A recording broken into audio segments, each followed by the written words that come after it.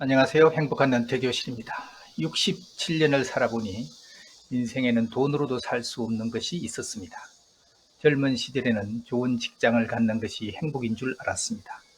조금 나이가 들어서는 내 집을 마련하는 것이 행복인 줄 알았습니다. 또 자녀들이 잘 자라는 모습을 보는 것도 큰 행복이었습니다. 그런데 세월이 흘러 은퇴를 하고 보니 그 모든 것과는 또 다른 행복이 하나 있었습니다. 바로 마음을 나눌 수 있는 친구였습니다. 오늘은 제 인생에서 가장 소중한 친구 한 사람의 이야기를 들려드리도록 하겠습니다. 혹시 여러분은 지금 가족을 제외하고 언제든 편안하게 전화를 걸 수 있는 사람이 몇 명이나 있으십니까? 좋은 일이 생겼을 때 가장 먼저 자랑하고 싶은 사람은 누구입니까? 반대로 힘든 일이 생겼을 때 아무 말 없이 찾아가 커피 한 잔 마실 수 있는 사람은 몇 명이나 되십니까?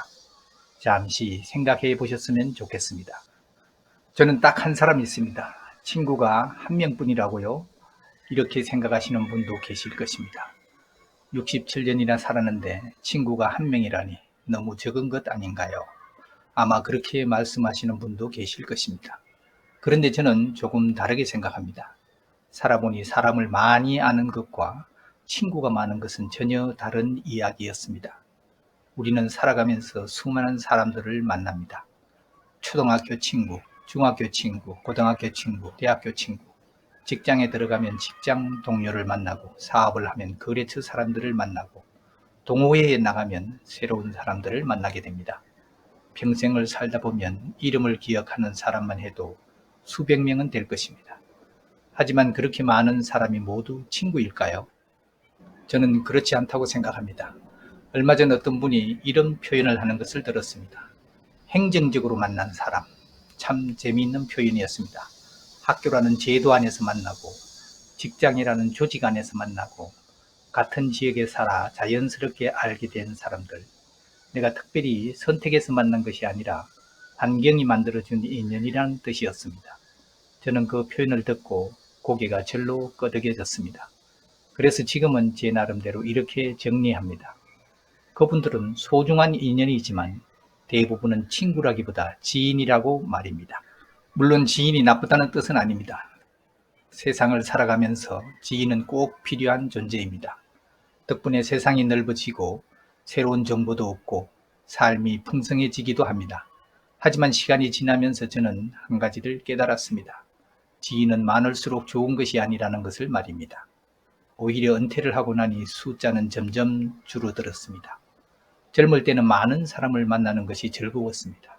약속도 많았고 모임도 많았습니다. 누군가 한잔합시다 하면 반가운 마음으로 달려나갔습니다. 그런데 은퇴를 하고 시간이 흐르니 조금씩 달라졌습니다. 만남의 횟수보다 누구를 만나느냐가 더 중요해졌습니다. 1시간 만나고 돌아왔는데 기분이 좋아지는 사람이 있습니다. 반대로 두세 시간을 함께 있었는데 집에 오는 길이 괜히 허전하고 피곤한 사람도 있습니다. 왜 그럴까요? 곰곰이 생각해 보았습니다. 결국 마음을 나눌 수 있느냐의 차이였습니다. 우리는 대개 인간관계를 손익으로 계산하며 살아갑니다. 내가 밥을 샀으면 다음에는 상대가 사겠지. 이번에는 내가 양보했으니 다음에는 저 사람이 배려해 주겠지. 이런 균형이 있어야 관계가 오래 갑니다. 어쩌면 이것은 너무나 자연스러운 일입니다. 하지만 가족은 조금 다릅니다. 부모는 자식에게 주면서도 계산하지 않습니다. 오히려 더 주지 못해 미안해합니다. 형제자매도 그렇습니다. 조금 손해를 보더라도 형이니까, 동생이니까 하며 웃고 넘길 때가 많습니다. 저는 살아오면서 문득 이런 생각을 했습니다. 친구도 가족처럼 느껴지는 사람이 있다면 얼마나 행복할까? 내가 잘 되면 진심으로 기뻐해주고, 내가 힘들면 이유를 묻기 전에 먼저 위로해주는 사람. 오랜만에 만나도 어색하지 않고 헤어질 때는 벌써 다음 만남이 기다려지는 사람. 그런 사람이야말로 진정한 친구가 아닐까 생각하게 되었습니다. 그래서 지금 제게는 친구의 숫자가 중요하지 않습니다. 한 사람이라도 내 마음을 있는 그대로 보여줄 수 있는 사람이 있다면 그것으로 충분하다고 생각합니다. 그리고 다행스럽게도 제게는 그런 친구가 한 사람 있습니다. 고등학교 시절 학교 뒤편 흐름한 자취방에서 처음 만난 친구였습니다. 그때는 미처 몰랐습니다. 그 친구가 제 인생에서 가장 오래 함께할 친구가 될 줄은 말입니다. 그리고 저는 세월이 흐를수록 그 친구를 존경하게 되었습니다. 다음 이야기는 제가 평생 잊지 못할 그 친구의 삶에 대한 이야기입니다. 잠시 전에도 말씀드렸지만 제게는 평생 친구라고 부를 수 있는 사람이 단 한 명 있습니다. 그 친구는 고등학교 시절 처음 만났습니다. 학교 뒤편에 작은 자취방들이 여러 채 있었습니다. 형편이 넉넉하지 않았던 학생들이 방을 얻어서 생활하던 곳이었지요. 저도 그곳에서 자취를 했고 그 친구도 바로 옆방에서 생활하고 있었습니다. 처음에는 특별한 인연이 될 줄은 몰랐습니다. 그저 함께 밥을 먹고 시험이 다가오면 밤늦게까지 공부 이야기도 하고 가끔은 미래에 대한 꿈을 이야기하던 평범한 고등학생 두 사람이었습니다. 그런데 신기하게도 그 인연은 졸업과 함께 끝나지 않았습니다. 학교를 졸업하면서 대부분의 친구들은 자연스럽게 멀어집니다. 직장에 들어가면 직장 생활이 바쁘고 결혼을 하면 가정을 꾸리느라 바쁘고 아이를 키우다 보면 어느새 연락도 뜸해집니다. 언젠가 한번 보자.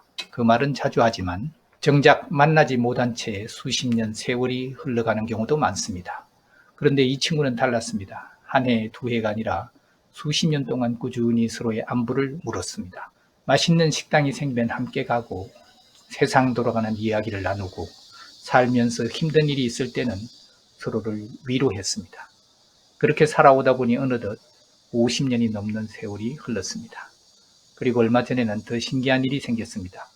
친구가 손주를 돌보기 위해 아들 집 근처로 이사를 왔는데 그 집이 우리 집에서 걸어서 15분 거리였습니다.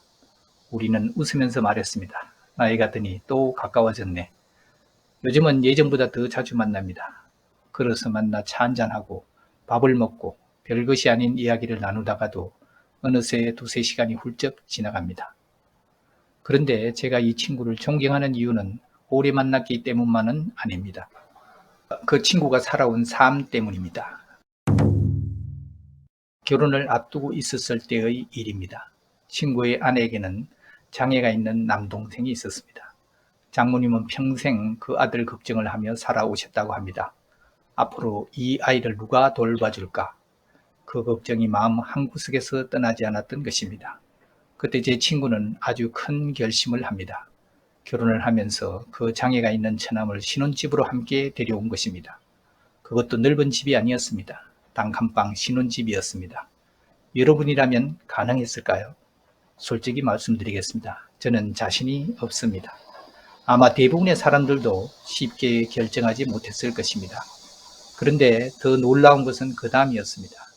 친구의 부모님께서 그 결정을 반대하지 않으셨다는 것입니다. 오히려 두 사람의 선택을 존중해 주셨다고 합니다. 저는 그 이야기를 듣고 참 많은 생각을 했습니다. 좋은 부모란 무엇일까? 좋은 사람은 어떤 사람일까? 사실 저는 제 자신을 돌아보게 되었습니다. 저였다면 과연 그렇게 할 수 있었을까? 아마 쉽지 않았을 것입니다. 그래서 저는 친구도 존경하지만 그 친구를 그렇게 키워내신 부모님까지도 존경하게 되었습니다. 장애가 있는 처남은 그렇게 친구 부부와 함께 생활하면서 학교를 다녔습니다. 세월은 흘렀고 지금은 친구의 아내와 자매들이 번갈아가며 그 처남을 돌보고 있습니다. 제가 친구를 만나면 빠지지 않고 묻는 말이 하나 있습니다. 처남은 잘 지내지? 그러면 친구는 늘 같은 표정으로 이야기합니다. 잘 지내. 지난주에도 바람 쐬러 다녀왔어. 목욕도 시켜주고 맛있는 것도 같이 먹었어. 그 말을 들을 때마다 저는 느낍니다. 그 친구에게 처남은 짐이 아니라 가족이라는 것을 말입니다. 의무감으로 하는 돌봄과 사랑으로 하는 돌봄은 표정부터 다릅니다. 친구는 단 한 번도 불평하는 모습을 보여준 적이 없습니다. 오히려 처남이 좋아하는 것을 함께하는 시간을 자신의 기쁨처럼 이야기합니다. 그 모습을 보며 저는 늘 같은 생각을 합니다. 참 큰 사람이다. 세상에는 성공한 사람이 많이 있습니다. 돈을 많이 번 사람도 있고 높은 자리에 오른 사람도 있습니다. 하지만 저는 살아오면서 깨달았습니다. 진정으로 큰 사람은 다른 사람의 삶을 끝까지 품어주는 사람이라는 것을 말입니다. 그리고 제 친구는 제게 그런 사람이었습니다. 그런데 제가 이 친구를 존경하게 된 이유는 여기서 끝이 아닙니다. 사실 저는 친구만큼이나 친구의 부인을 존경합니다. 흔히들 부부는 오래 살면 서로 닮는다고 하지요. 그런데 이 부부를 보면 그 말이 정말 맞는 것 같습니다. 친구 부인은 성품이 참 넉넉한 분입니다.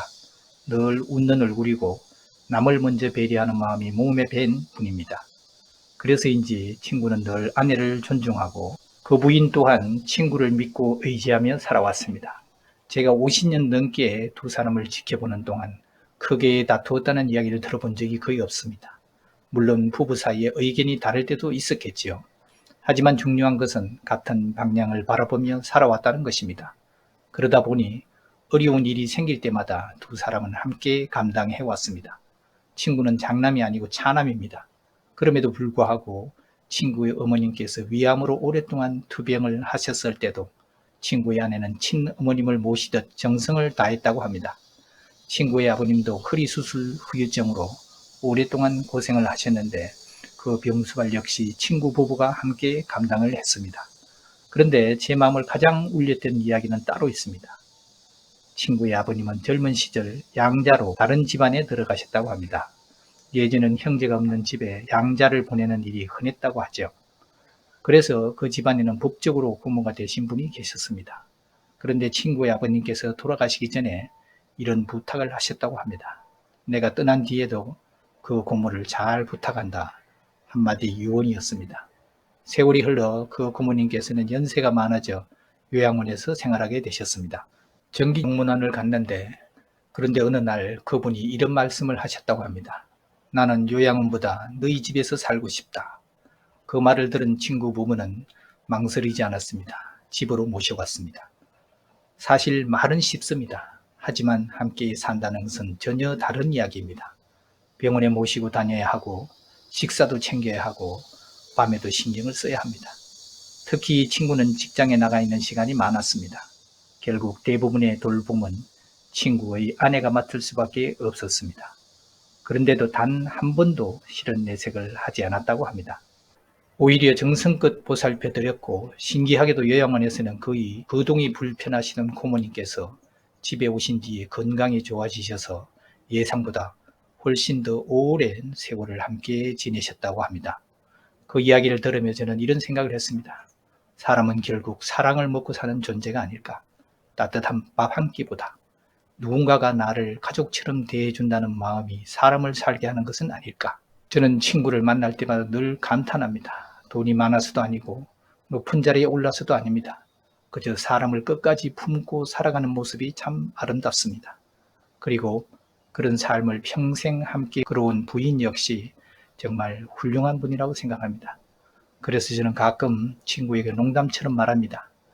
나는 너를 만나러 오는 것도 있지만 두 사람을 보며 배우러 오는 것 같아.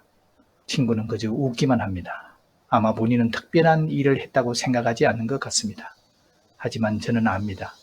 특별한 사람은 자신이 특별하다고 말하지 않는다는 것을. 그래서 저는 이 친구를 만날 때마다 늘 기분이 좋아집니다. 존경하는 사람을 만나는 기쁨도 있지만 무엇보다 마음이 참 편안합니다. 제 자랑을 해도 질투하지 않고 친구의 기쁜 일을 들으면 저 역시 진심으로 기쁘기 때문입니다. 이 나이가 되어서 깨달았습니다. 친구란 경쟁하는 사람이 아니라 함께 기뻐해주는 사람이라는 것을 말입니다. 그래서 이제는 인간관계도 조금 달라졌습니다. 예전에는 많은 사람을 만나야 인맥이 넓다고 생각했습니다. 하지만 지금은 그렇지 않습니다. 은퇴 후에는 오히려 인간관계도 미니멀해지는 것이 행복이라는 생각이 듭니다. 자주 만나고 싶은 사람, 헤어지고 돌아오는 길에 기분이 좋아지는 사람, 다음 만남이 기다려지는 사람, 그런 사람은 한두 명이면 충분합니다. 저는 그런 친구 한 사람과 함께 늙어갈 수 있다는 것이 참 큰 복이라고 생각합니다. 여러분도 한번 떠올려 보셨으면 좋겠습니다. 오늘 가장 먼저 전화하고 싶은 사람은 누구인지, 그 사람을 만나면 마음이 편안한지, 그 사람의 성공을 진심으로 축하해 줄 수 있는지, 또 그 사람도 여러분의 행복을 자신의 일처럼 기뻐해 주는지, 만약 그런 사람이 곁에 있다면 그분은 정말 소중한 인연입니다. 혹시 오랫동안 연락하지 못하셨다면 오늘 한번 안부 전화를 해보시는 것은 어떨까요? 잘 지내지? 그 한마디가 서로에게 큰 선물이 될지도 모릅니다. 67년을 살아보니 친구는 숫자가 아니었습니다. 오래 알고 지낸 사람도 아니었습니다. 내 마음을 있는 그대로 보여줄 수 있는 사람, 그리고 그 마음을 말없이 받아주는 사람, 그런 사람이 진정한 친구였습니다. 오늘 소개해드린 제 친구는 어쩌면 평범한 사람일지도 모릅니다. 하지만 제게는 세상 누구보다 아름다운 사람입니다. 그래서 오늘은 여러분께 자랑하고 싶었습니다. 제게는 이런 친구가 한 사람이 있다고, 그리고 그런 친구를 만난 저는 참 행복한 사람이라고 말입니다. 결코 이것이 정답은 아닙니다. 사람마다 성격도 다르고 살아가는 방식도 다릅니다. 많은 사람들과 어울릴 때 행복한 분도 계실 것이고, 저처럼 몇 사람과 깊은 인연을 이어가는 것이 더 편한 분도 계실 것입니다. 다만 이것만은 자신 있게 말씀드릴 수 있습니다. 행복은 사람의 숫자에서 오는 것이 아니라 관계의 깊이에서 온다는 것을 저는 67년을 살아오며 배웠습니다. 여러분도 은퇴 후의 삶 속에서 마음을 나눌 수 있는 소중한 친구와 오래오래 행복하시기를 바랍니다. 오늘은 여기까지 하겠습니다. 감사합니다.